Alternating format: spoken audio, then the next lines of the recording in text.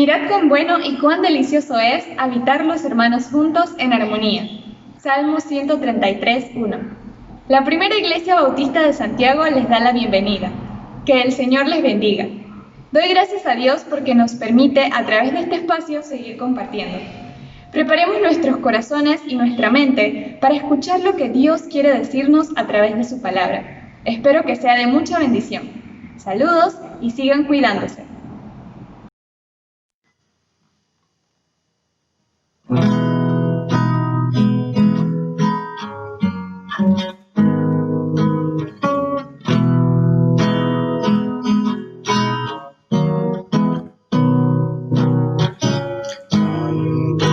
Santo, santo, Señor omnipotente,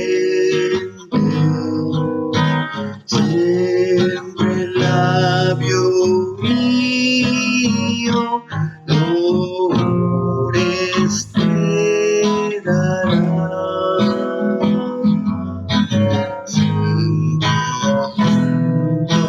Santo, te adoro reverente, Dios en tres personas, bendita Trinidad.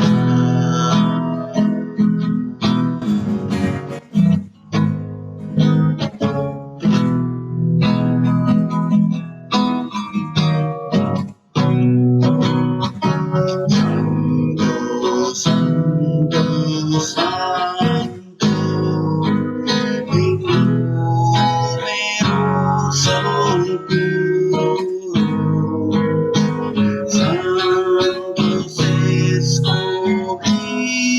escogidos que adoran sin cesar. De alegría llenos y sus coronas de oro rinden ante el trono y el cristalino mar.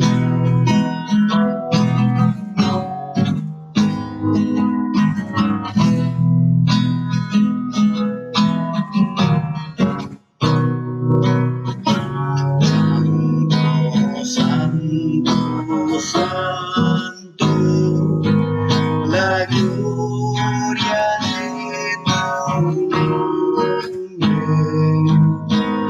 llenos en tus obras, en cielo, tierra y mar. Santo, santo, te adorará todo hombre, Dios en tres personas, bendita,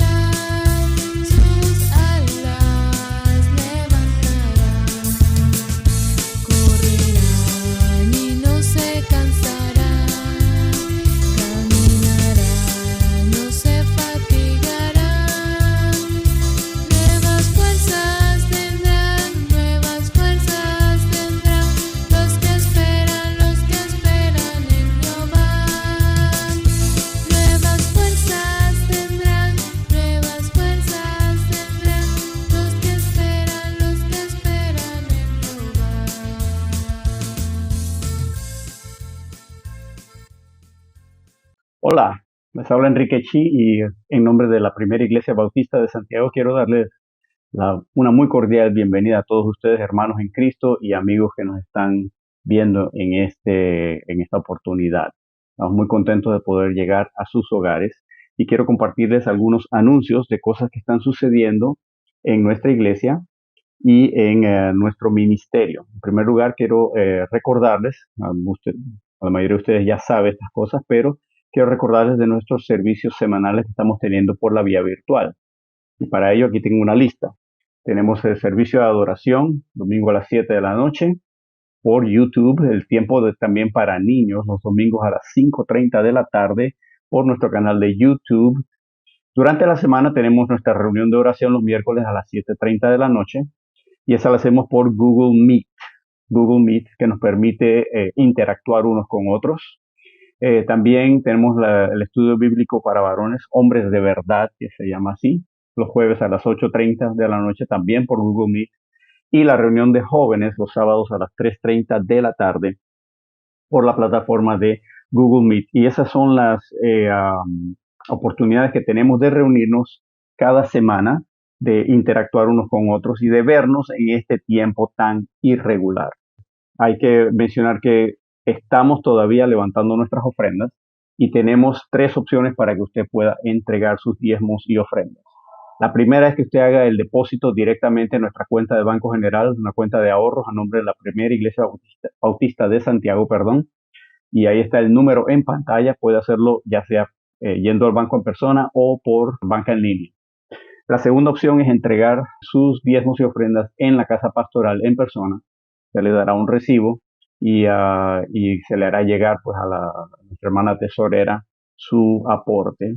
Y la tercera opción es, bueno, según haya sido prosperado, guárdalo en casa y cuando pueda, entonces cuando nos reunamos de nuevo, puede entregarlo en la iglesia.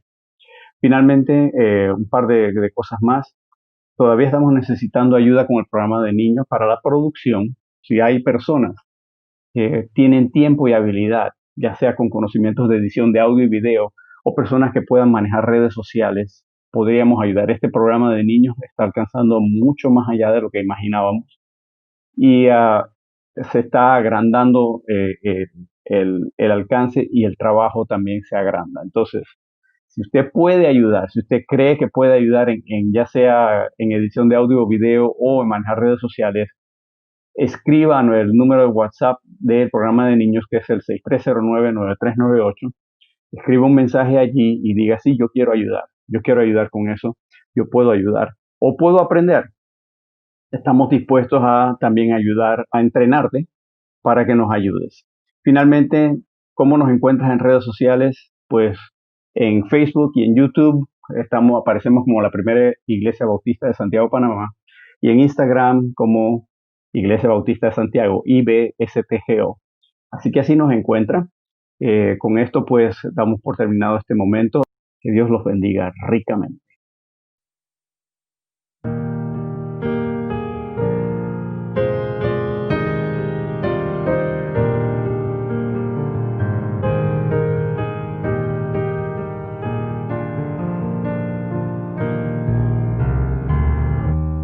Noble sostén de la esperanza mía, fuente bendita de la vida eterna, tan solo el alma que en tus fuerzas fía tiene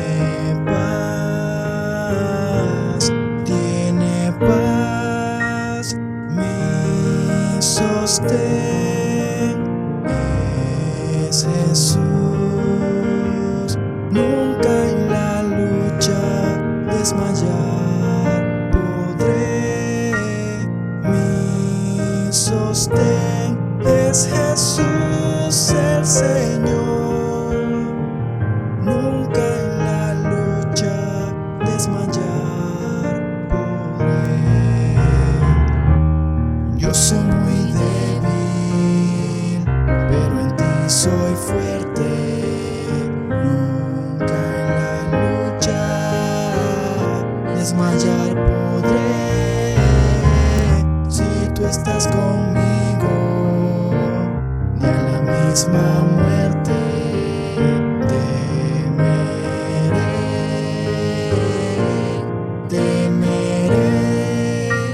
Mi sostén es Jesús.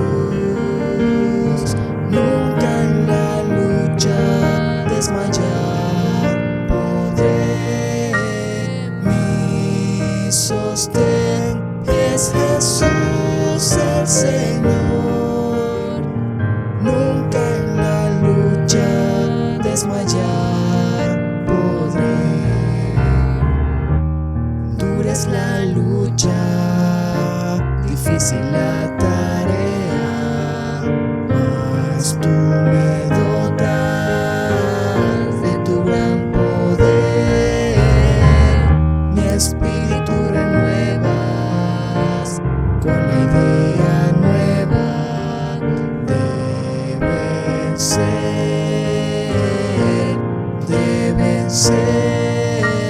Mi sostén es Jesús. Nunca en la lucha desmayar podré. Mi sostén es Jesús el Señor. Nunca en la lucha desmayar podré.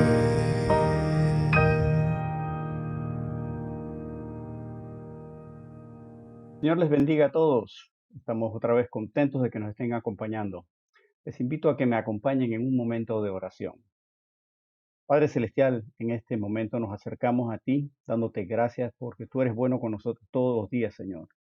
Porque tu bondad se manifiesta en tantas maneras, Señor. Lo vemos desde la salida del sol, la lluvia, todo lo que sucede a nuestro alrededor.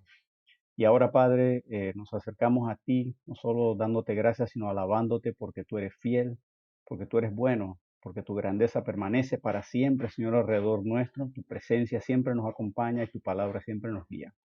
En este momento queremos pedirte, Señor, que tú aceleres, Señor, el proceso y las circunstancias que permitan la reapertura de nuestra iglesia para que podamos reunirnos de manera presencial pronto. Señor, sabes que se han hecho esfuerzos al respecto, pero lo ponemos en tus manos, Padre. En segundo lugar, Señor, queremos pedirte por la situación de nuestras familias, las familias de nuestra iglesia, de nuestros conocidos, Señor. Algunos están pasando por problemas, por falta de trabajo, por las circunstancias económicas y políticas, Señor. Siempre nos afectan. Pedimos, Padre, que tú nos des perseverancia, consuelo y nos ayudes a ver la salida en medio de la prueba. También, Padre, te pedimos por aquellos que están padeciendo quebrantos de salud, Señor.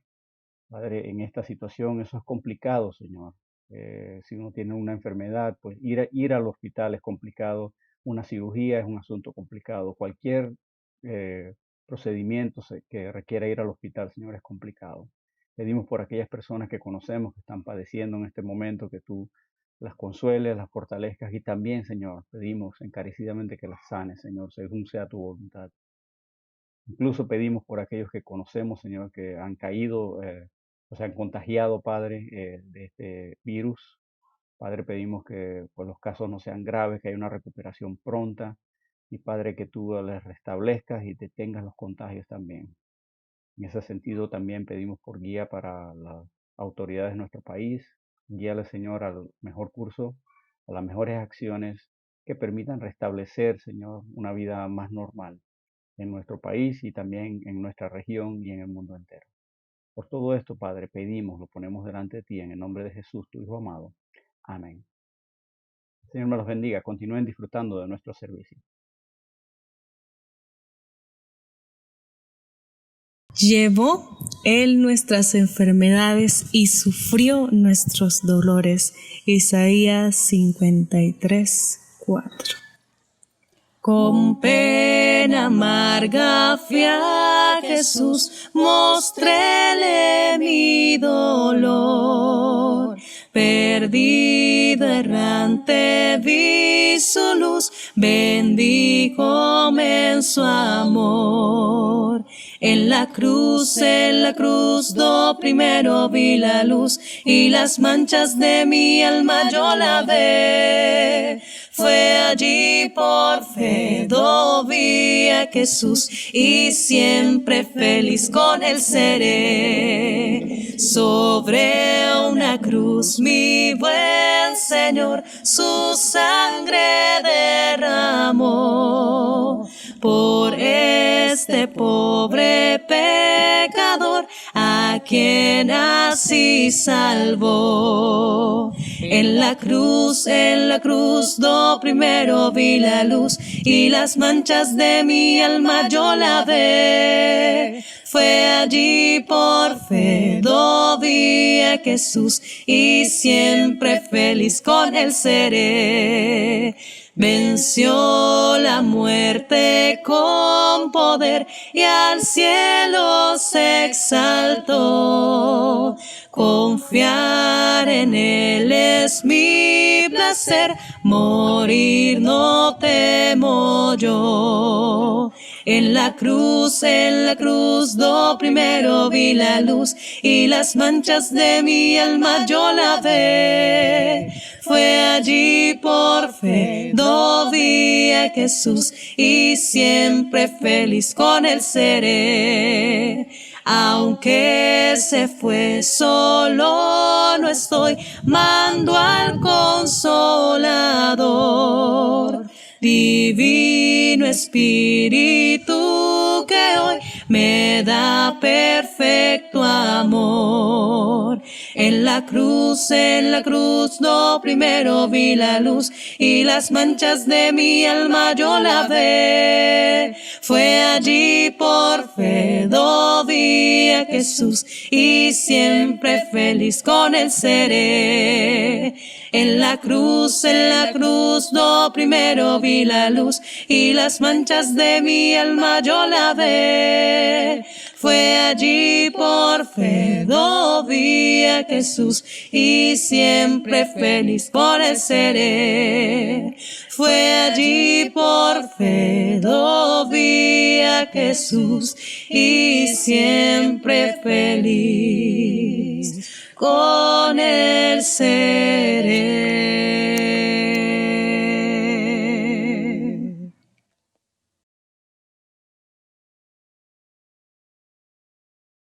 Buenas noches, mis amados hermanos. En esta ocasión vamos a tener la lectura bíblica en Mateo 5, del 1 al 10.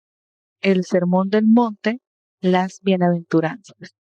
Viendo la multitud, subió al monte, y sentándose vinieron a él sus discípulos. Y abriendo su boca les enseñaba diciendo: Bienaventurados los pobres en espíritu, porque de ellos es el reino de los cielos. Bienaventurados los que lloran, porque ellos recibirán consolación. Bienaventurados los mansos, porque ellos recibirán la tierra por heredad. Bienaventurados los que tienen hambre y sed de justicia, porque ellos serán saciados. Bienaventurados los misericordiosos, porque ellos alcanzarán misericordia. Bienaventurados los de limpio corazón, porque ellos verán a Dios. Bienaventurados los pacificadores, porque ellos serán llamados hijos de Dios. Bienaventurados los que padecen persecución por causa de la justicia, porque de ellos es el reino de los cielos. Un saludo para todos. Estamos contentos de que en este momento podemos compartir la palabra de Dios juntos, toda la iglesia, y de una manera muy especial. Gracias por la invitación, me siento honrado y poder compartir con ustedes la palabra de Dios. Damos gracias a Dios. Permítame una breve oración. Padre, te damos gracias por este momento. Vamos a compartir tu palabra. Te pedimos tu guía, la llenura de tu Espíritu Santo. Y Señor, pedimos que sane nuestro corazón, transforme nuestra vida y que podamos seguir tus pisadas en todo momento. En el nombre de Cristo. Amén. Amén. Tenga abierta su Biblia Vamos a estar compartiendo Mateo capítulo 5, la sección de las bienaventuranzas. Solo que hoy vamos a concentrarnos en el versículo 3, Mateo 5:3, aunque vamos a mencionar ese pasaje, vamos a leerlo completo. Bienaventurados los pobres en espíritu, porque de ellos es el reino de los cielos. Marcó Jesús con estas palabras el principio de sus enseñanzas. Así como se marca el principio en el libro de Génesis de toda la creación y de toda la palabra de Dios, Mateo marca el principio del Evangelio y del Nuevo Testamento. Y Mateo capítulo 5, en particular, marca el principio de las enseñanzas de Jesús encaminadas a producir discípulos transformados que entienden el concepto de estar dentro del reino de Dios. Y en el primer paquete de enseñanzas se conoce como las bienaventuranzas. Pero hoy vamos a hablar un poquito sobre la primera de las bienaventuranzas. Y más que bienaventuranzas, es la primera cualidad, el primer elemento del ADN del discípulo que sigue a Jesús en espíritu y en verdad. Y el título de hoy es la primera actitud de alguien que quiere seguir a Jesús. Ese es nuestro título de hoy. Y es lo que vamos a ver hoy. La primera actitud de alguien que quiere seguir a Jesús. La actitud correcta. La actitud que le hace dimensionar el reino de Dios en su vida por encima de cualquier otra cosa en esta vida terrenal. Jesús dijo en Mateo 5:3, bienaventurados los pobres en espíritu, porque de ellos es el reino de los cielos. ¿Qué quiso decir Jesús con esta primera enseñanza? Puede ser que la reflexión de hoy nos responda a esa inquietud y nos lleve a una entrega y a una sumisión y a una obediencia paso a paso tras el Maestro, tras nuestro Señor Jesucristo. Vamos a ver tres puntos en este mensaje, tres áreas. Primero, lo que antecede al Sermón del Monte. Segundo, por qué Jesús habló de esta primera actitud, abriendo el compás a todas las demás enseñanzas. Y en tercer lugar, el significado de pobreza en la Biblia y su relación con la función de Jesús, o las funciones o los oficios de Jesús. Así que, hablando de pobreza, podemos introducirnos con aquel momento en que Jesús, estando en el templo, mira dos cuadros. Y voy a empezar recordando ese pasaje. En una ocasión, Jesús estaba en el templo y él levanta, dice el texto, él levanta los ojos, ¿no? No sé en qué posición estaba, pero él levanta los ojos y él puede capturar con su vista varios escenarios. Y dice que levantando los ojos vio a los ricos que echaban sus ofrendas en el arca de las ofrendas, en la caja o en el depósito o en la urna de las ofrendas. Él levantando los ojos vio a los ricos, echaban y echaban y echaban. y vio también, pudo capturar otra escena en ese momento.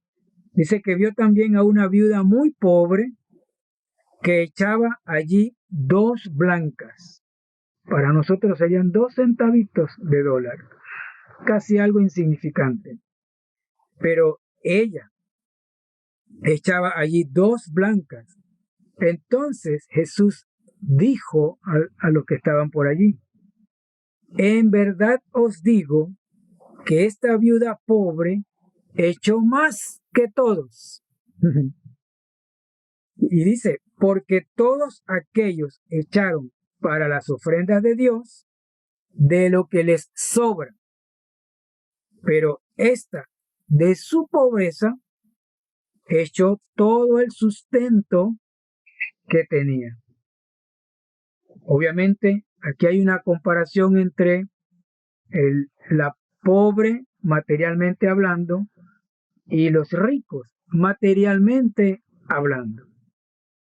Pero estas dos condiciones terrenas no pertenecen al reino de Dios.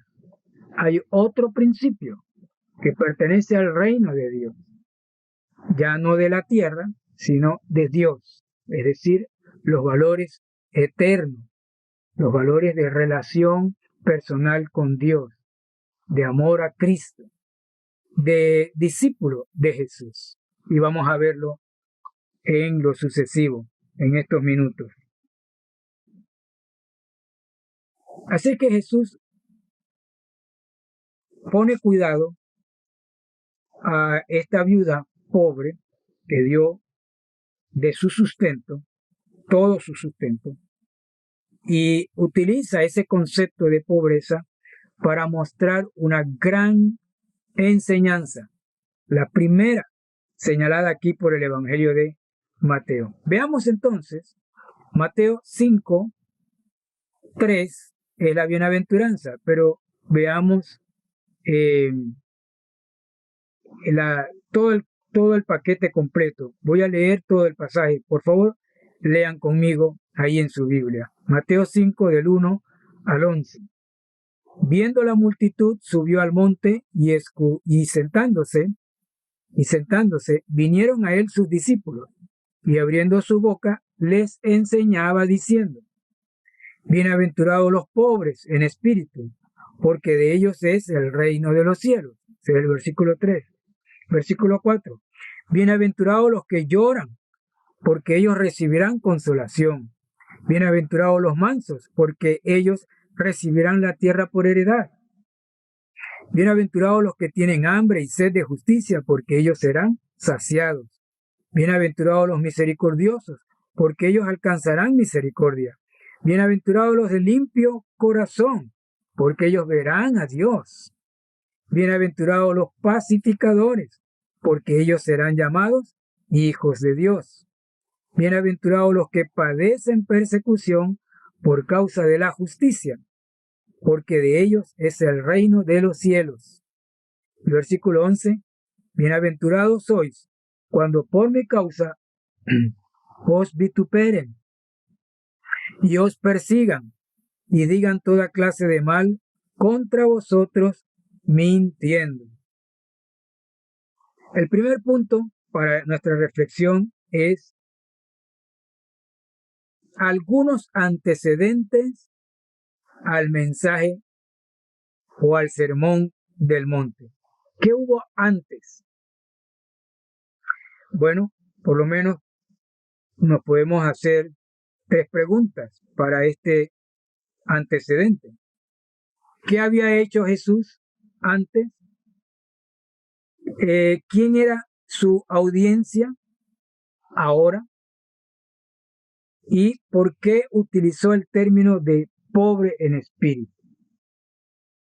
Tenemos que recordar que Jesús tuvo un encuentro con los doctores de la ley a la edad de 12 años. Ahora tiene más o menos 30 años. Así que estamos hablando de hace, ¿qué sería? 18 años.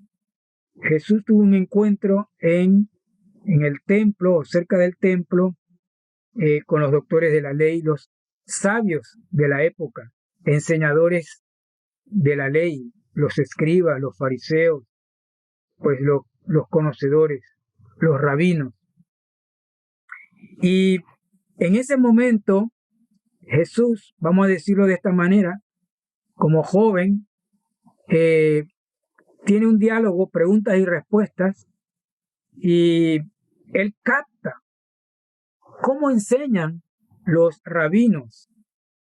Y esto le va a servir para el futuro a la hora de él ser un maestro. Así que podemos decir que Jesús descubre cómo pensaban los fariseos, los escribas, los maestros, los rabinos, cómo hablaban, cómo enseñaban lo que enseñaban y cómo manejaban la literatura de esa época, esa literatura judía que ellos enseñaban, de la cual se referían. Entonces,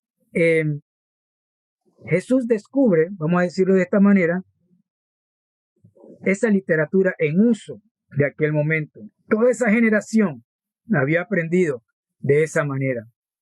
Él fue testigo de los valores y de las imprecisiones que cometían los maestros de ese momento a la luz de la verdad.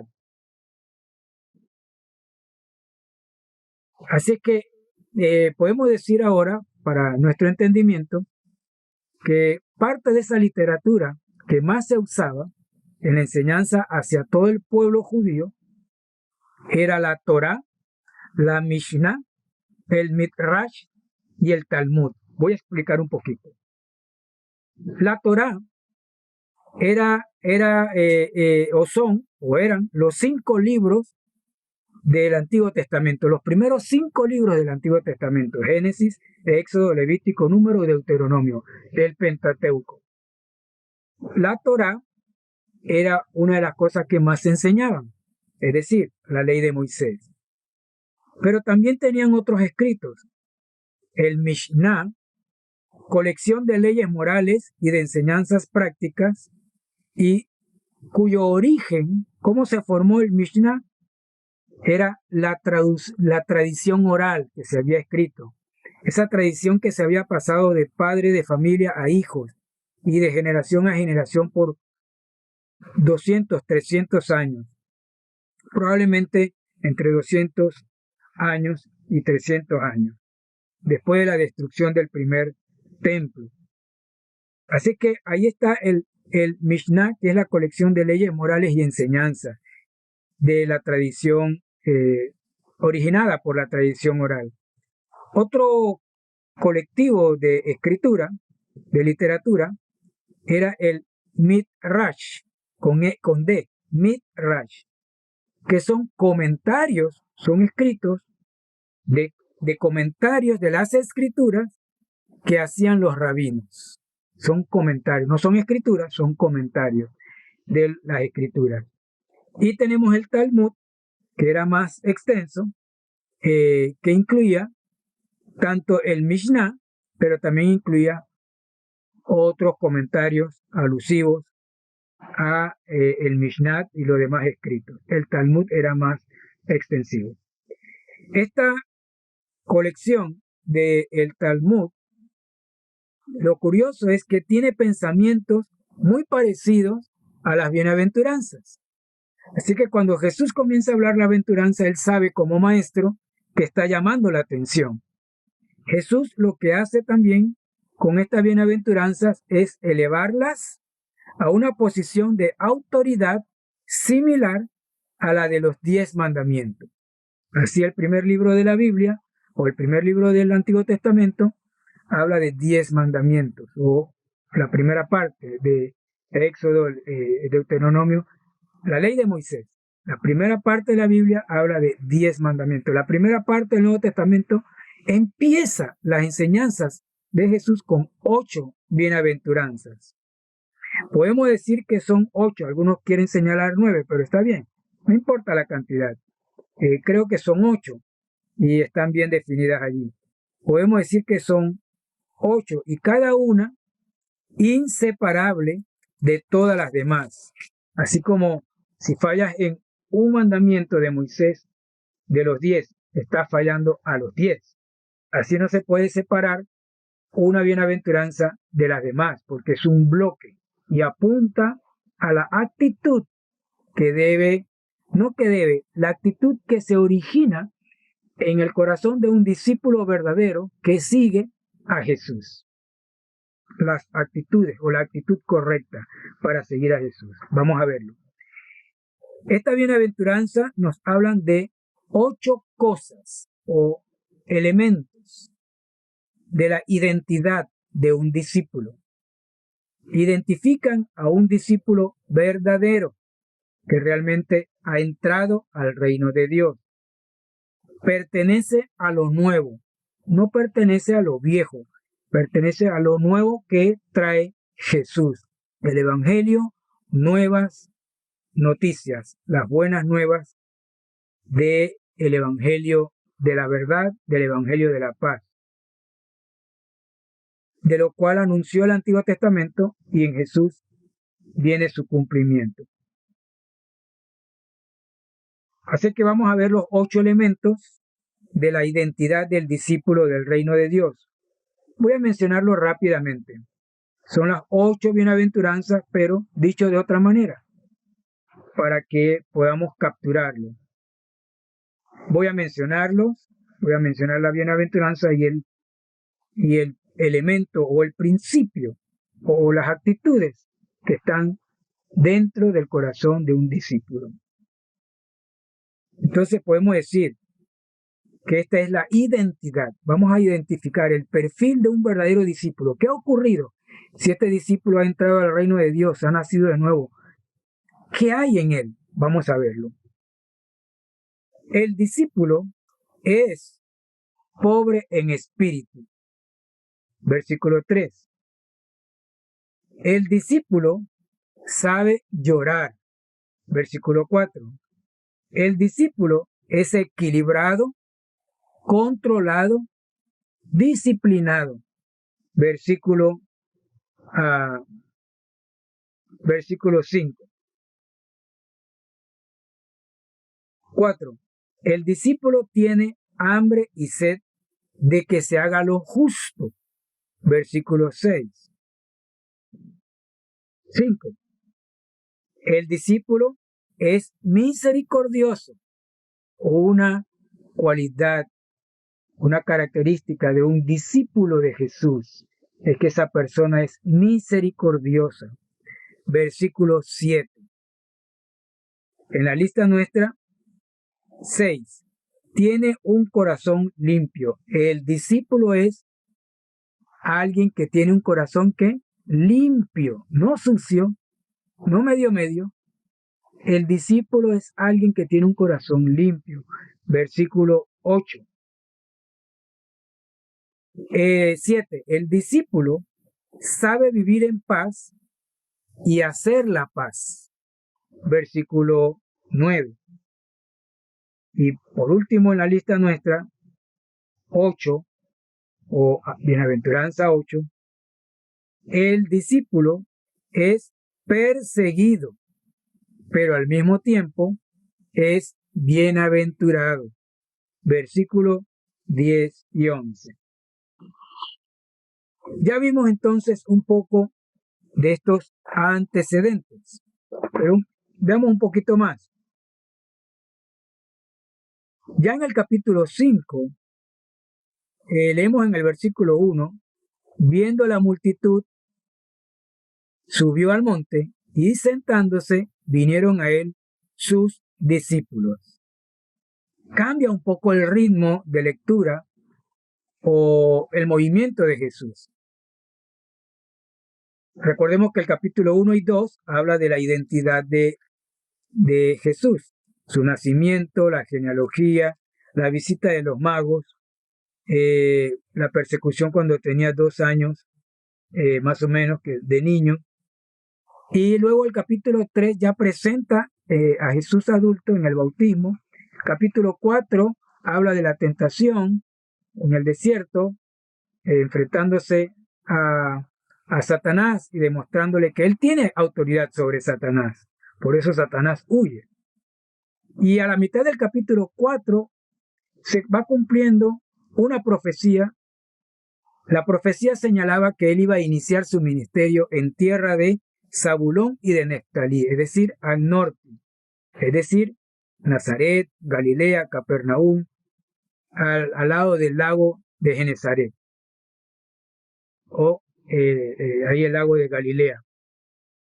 Así que Jesús está cumpliendo la profecía, entra y comienza su ministerio público. Pero ¿qué hace? Lo primero que hace Jesús: sana a leprosos, paralíticos, ciegos, mudos, sordos, leprosos, reprende y sana endemoniados.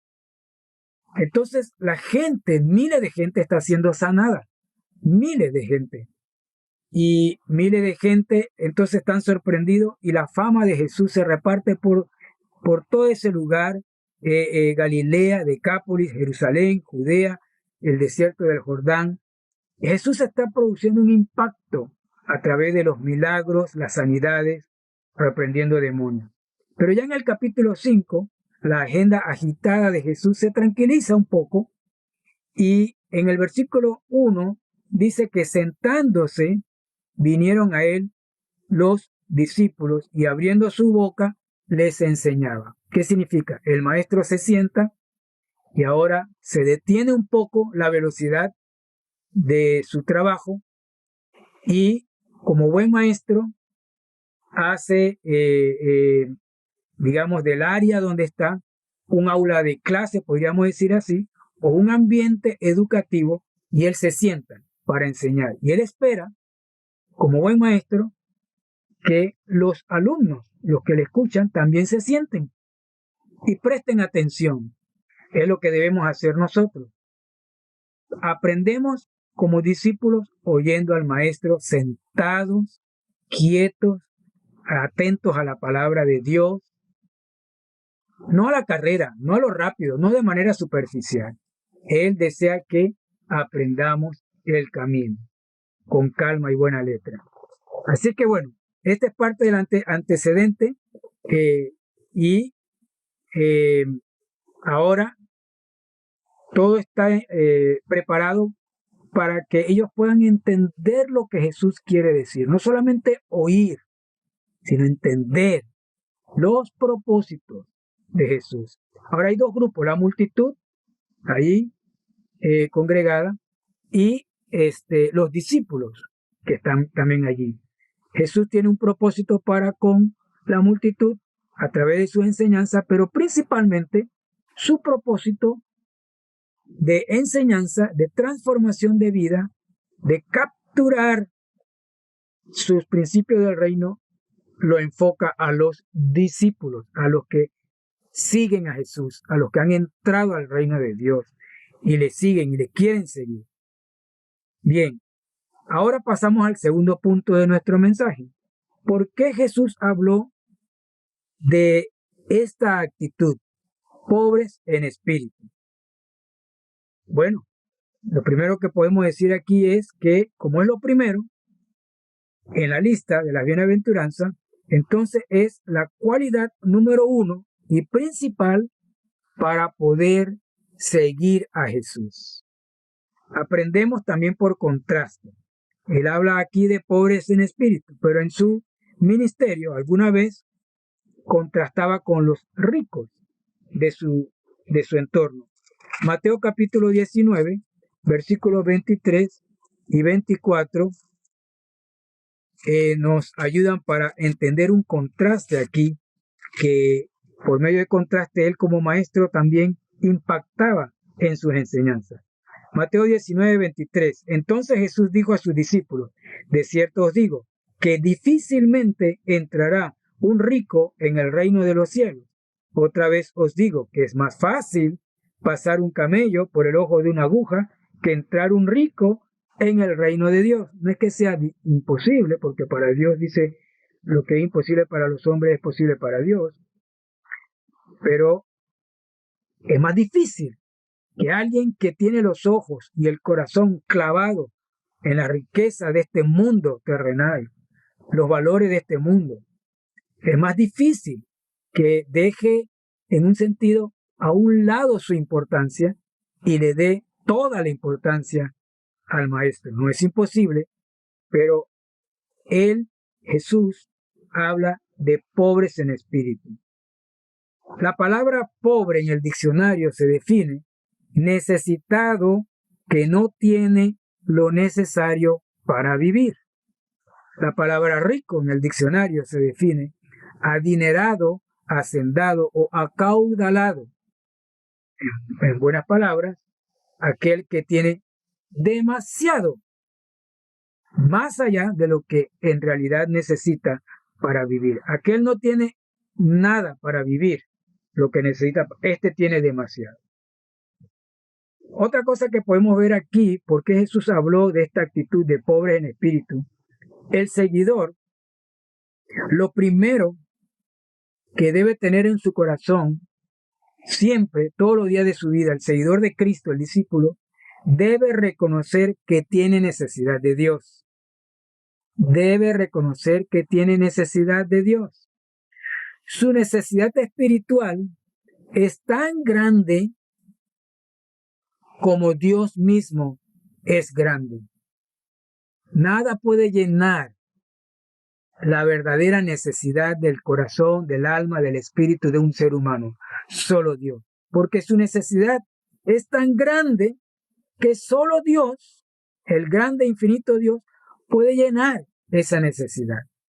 No lo puede llenar las riquezas, ni el sexo, ni las aventuras, ni los deportes extremos, ni las redes sociales, ni los likes, ni nada de eso puede llenar lo profundo del corazón del ser humano. Solo Dios. Dios es mucho más grande que la necesidad más grande del corazón del hombre. Y otro punto aquí es que la pobreza en el tiempo de Jesús era casi una maldición y los pobres socialmente eran rechazados.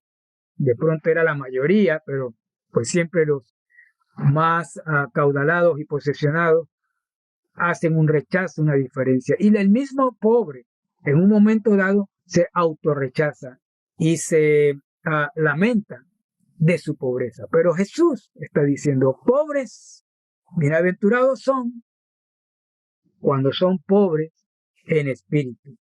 Es decir, cuando reconocen que su necesidad verdadera no es las cosas de este mundo, sino Cristo, el que es la verdad, el camino y la luz. Así que Jesús habló de los pobres en espíritu precisamente para hacerles entender la verdadera necesidad tanto a los unos como a los otros, a los ricos como a los pobres. Él era el que venía a llenar la verdadera necesidad. Y si él llenaba esa necesidad espiritual, él podía suplir cualquier otra cosa. Vamos al tercer punto, que es el significado de pobreza en la Biblia, tomándolo de la Biblia. Y aquí Jesús, en este término de bienaventurados los pobres en espíritu, Mateo 5:3, está haciendo una conexión a los judíos, que son sus oyentes, principalmente judíos, está haciendo una conexión con lo que ellos de alguna manera han aprendido a través de toda su crianza, pero que de alguna manera mezclaron. Ahora Jesús está tratando de tomar eso mismo, pero hacerle ver, separarlo y de tal manera decir que esta es la palabra de Dios. Por eso se maravillaban de la enseñanza que era superior a la de los escribas, porque los escribas y fariseos tenían todo mezclado. Entonces Jesús toma Deuteronomio, una palabra, una enseñanza de Deuteronomio, capítulo 15, versículo 7,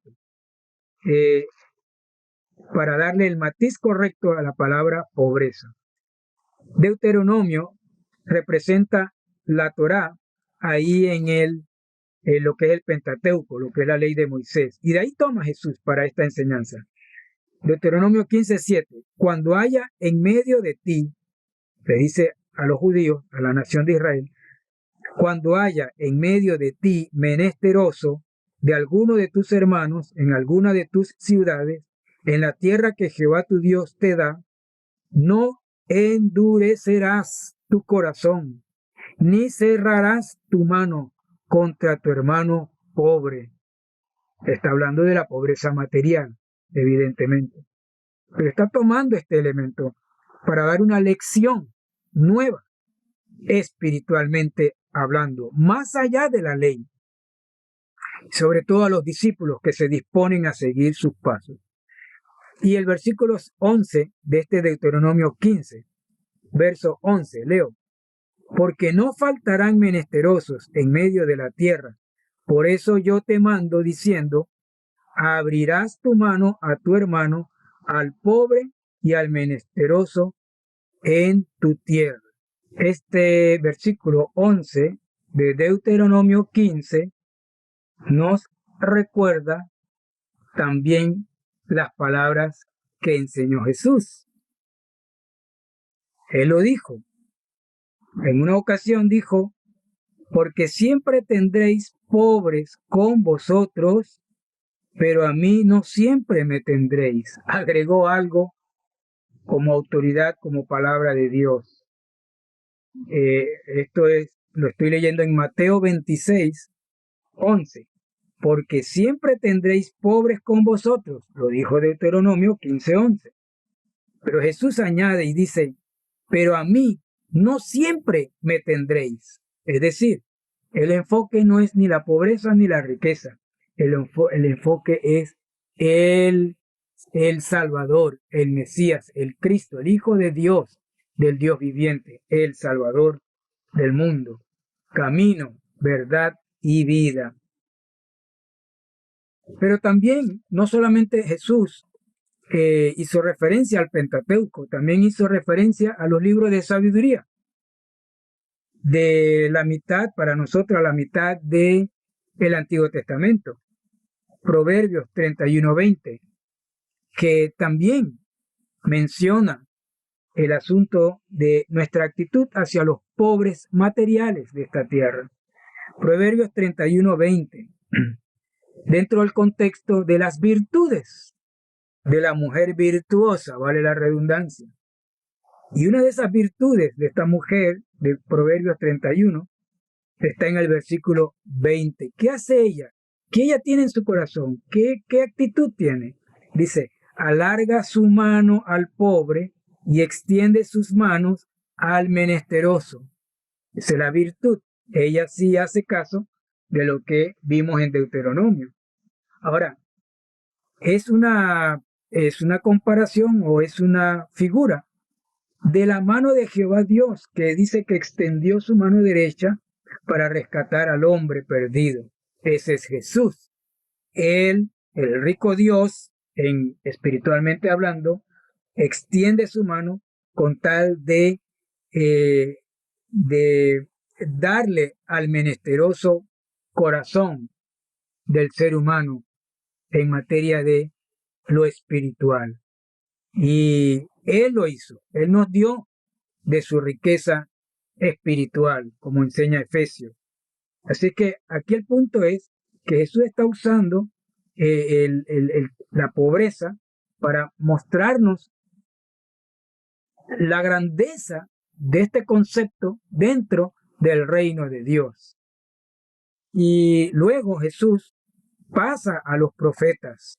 Muy sabiamente Jesús pasa del Pentateuco a los libros de sabiduría y pasa a los profetas. Isaías, capítulo 66. Y este concepto ahora Jesús lo enfoca de manera espiritual usando este concepto y tal cual lo dice el profeta. Y él como profeta también habla en nombre de Dios. Isaías capítulo 66, versículo 2. Leo. Mi mano hizo, dice Jehová, mi mano hizo todas estas cosas, y así todas estas cosas fueron, dice Jehová. Pero miraré a aquel que es pobre y humilde de espíritu y que tiembla a mi palabra. Ahora de manera profética, de manera poderosa, Jesús está mencionando esta pobreza desde el punto de vista del profeta Isaías. ¿Qué significa ser pobre en las palabras de Jesús? Significa humilde de espíritu. Y aparte dice, y que tiembla a mi palabra. Entonces Jesús, lo primero que dice como actitud para un discípulo es que tiene que mantener un corazón humilde de espíritu, es decir, pobre en espíritu, humilde de espíritu, pero al mismo tiempo dice, y que tiembla a mi palabra. El discípulo, el que sigue a Jesús, el verdadero discípulo que ha nacido de nuevo y quiere ser la voluntad de Dios, tiembla, dice aquí, y que tiembla a mi palabra. El discípulo tiembla a la palabra de Jesús, así como temblaba Pedro, temblaba Juan, Jacobo, y una vez dijeron, dura es esta palabra de ser recibida. Y Jesús dice, bueno, si no puedes, el que no puede, si quiere, puede irse. Y Pedro dice, maestro, ¿a quién iremos? Si solo tú tienes palabra de vida eterna. Esto es el pobre en espíritu, el que reconoce que necesita la palabra de Dios todos los días de su vida, necesita oír más, aprender más, memorizar más, reflexionar más, enseñar más, estar más conectado con la palabra de Dios. Bienaventurados los pobres en espíritu, porque de ellos es el reino de los cielos.